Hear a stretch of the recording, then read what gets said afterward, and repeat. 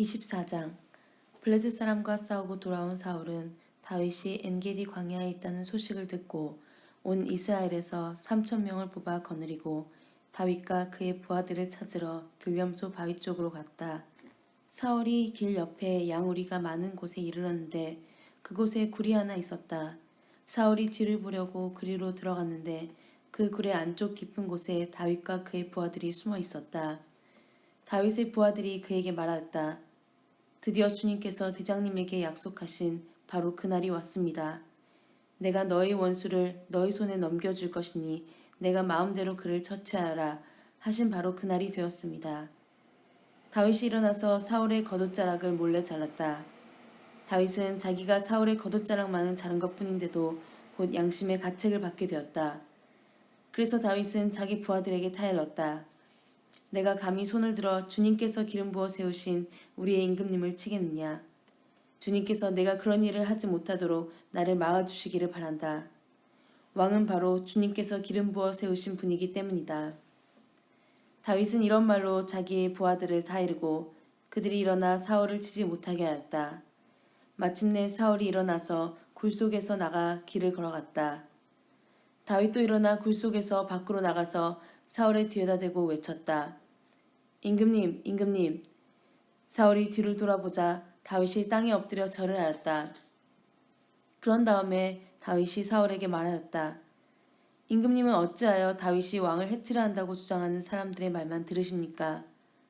보십시오. 주님께서 오늘 저 굴 속에서 임금님을 나의 손에 넘겨주셨다는 사실을 이제 여기에서 직접 확인하실 수 있습니다.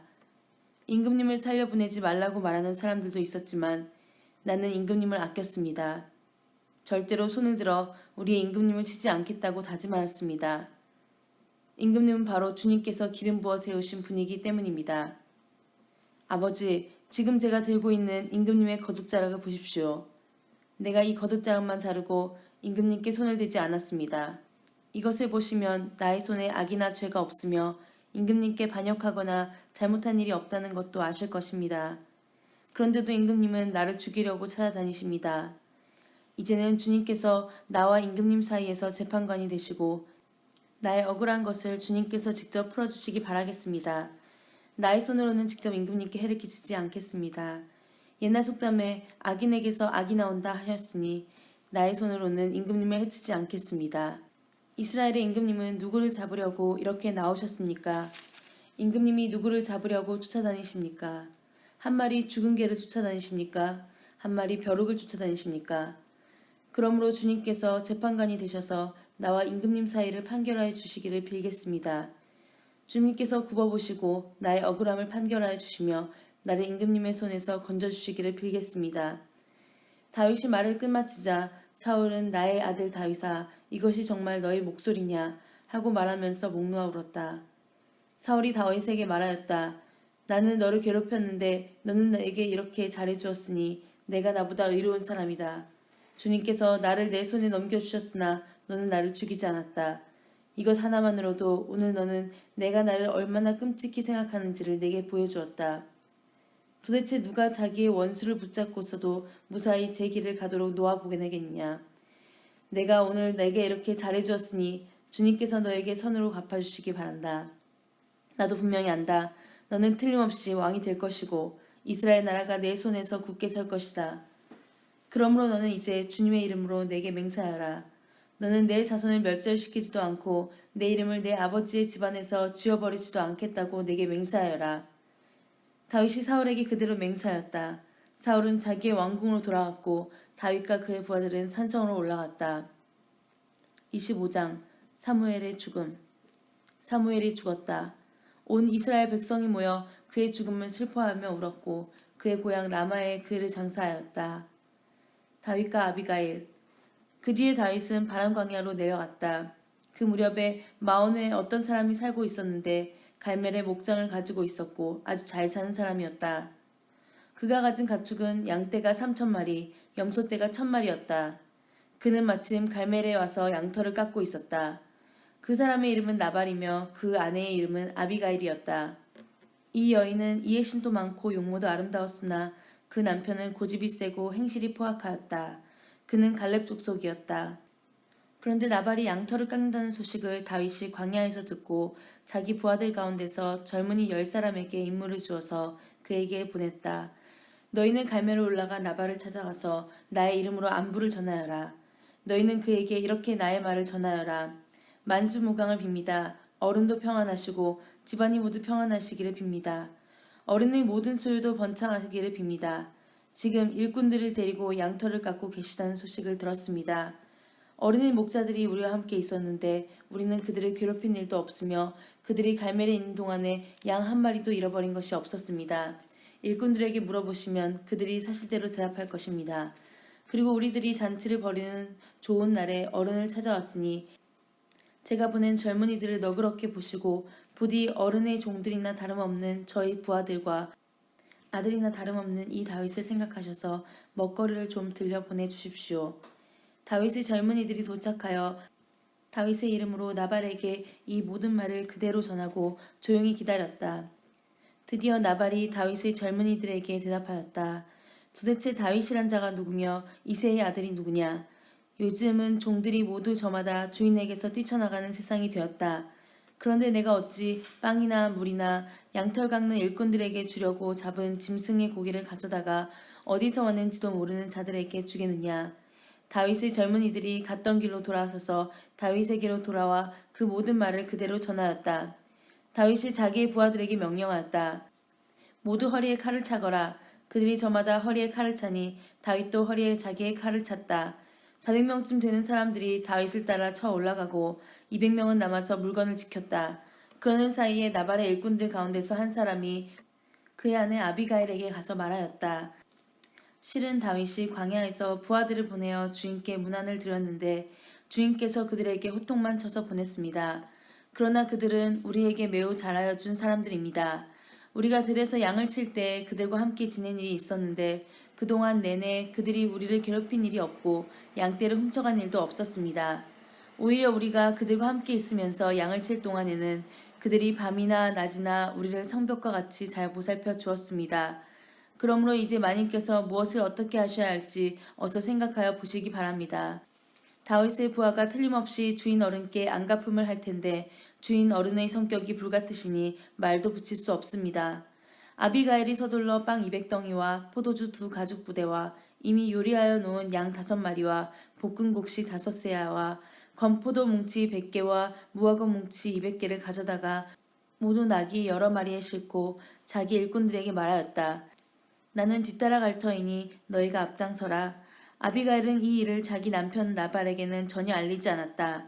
벌써 다윗이 부하들을 거느리고 그 여인의 맞은편에서 내려오고 있었으므로 나귀를 타고 상구비를 돌아 내려가는 아비가일이 그들과 마주쳤다. 다윗은 단단히 벼르고 있었다. 내가 저 광야에서 그에게 속한 것은 무엇이든지 지켜주어 그의 모든 재산 가운데서 아무것도 잃어버리지 않도록 하였으나 그것이 모두 헛일이었다. 그는 나에게 선을 악으로 갚았다. 내가 내일 아침까지 그에게 속한 모든 사람들 가운데서 남자들을 하나라도 남겨둔다면 나 다윗은 하나님께 무슨 벌이라도 받겠다. 아비가일이 다윗을 보고 급히 나귀에서 내려서 다윗 앞에 엎드려 얼굴을 땅에 대고 절을 하였다.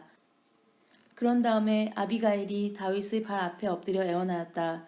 죄는 바로 나에게 있습니다. 이 종이 말씀드리는 것을 허락해 주시고 이 종의 말에 귀를 기울여 주십시오. 장군께서는 나의 몹쓸 남편 나발에게 조금도 마음을 쓰지 마시기 바랍니다. 그 사람은 정말 이름 그대로 못된 사람입니다. 이름도 나발인데다 하는 일도 어리석습니다. 그런데다가 장군께서 보내신 젊은이들이 왔을 때에는 내가 거기에 있지 않아서 그들을 만나지도 못하였습니다. 장군께서 사람을 죽이시거나 몸소 원수를 갚지 못하도록 막아주신 분은 주님이십니다. 주님도 살아계시고 장군께서도 살아계십니다. 장군님의 원수들과 장군께 해를 끼치려고 하는 자들이 모두 나발과 같이 되기를 바랍니다. 여기에 가져온 이 선물은 장군님을 따르는 젊은이들에게 나누어 주시라고 내가 가져온 것입니다. 이 종의 허물을 용서해 주시기 바랍니다. 장군께서는 언제나 주님의 전쟁만을 하셨으니 주님께서 틀림없이 장군님의 집안을 영구히 세워주시고 장군께서 사시는 동안 평생토록 아무런 재난도 일어나지 않도록 도와주실 겁니다. 그러므로 어느 누가 일어나서 장군님을 죽이려고 쫓아다니는 일이 있더라도 장군님의 생명은 장군께서 섬기시는 주 하나님이 생명보자기에 서서 보존하실 것이지만 장군님을 거역하는 원수들의 생명은 주님께서 돌팔매로 던지듯이 팽개쳐 버리실 것입니다. 이제 곧 주님께서 장군께 약속하신 대로 온갖 좋은 일을 모두 베푸셔서 장군님을 이스라엘의 영도자로 세워주실 터인데 지금 공연히 사람을 죽이신다든지 몸소 원수를 갚으신다든지 하여 왕이 되실 때에 후회하시거나 마음에 걸리는 일이 없도록 하시기 바랍니다. 주님께서 그처럼 좋은 일을 장군께 베풀어 주시는 날 이 종을 기억해 주시기 바랍니다.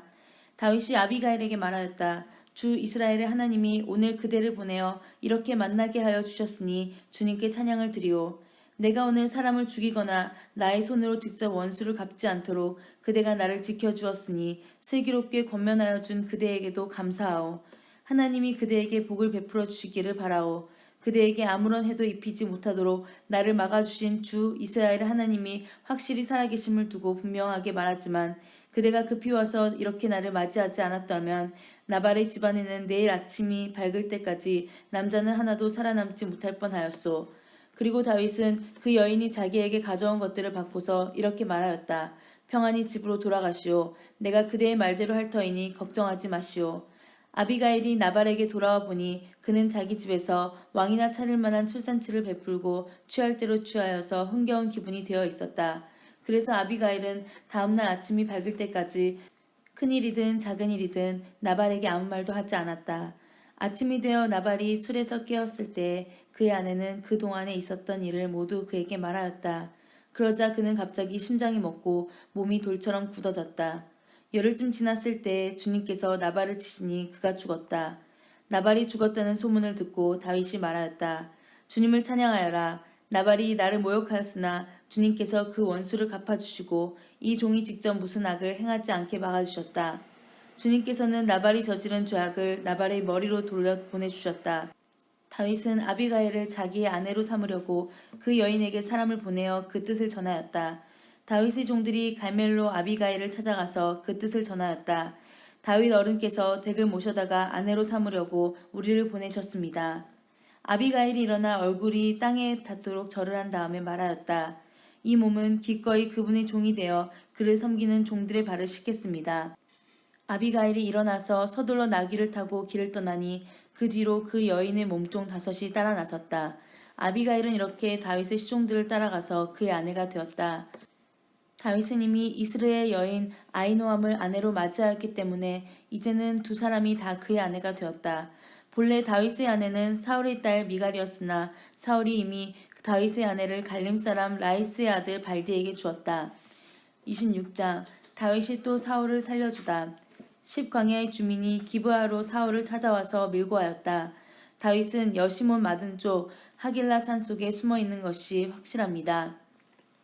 그래서 사울이 일어나 이스라엘에서 3,000명을 골라 거느리고 10광야에 있는 다윗을 찾으러 직접 10광야로 내려갔다. 사울은 여시몬 맞은 쪽 하길라 산 속으로 들어가 길가에 진을 쳤다.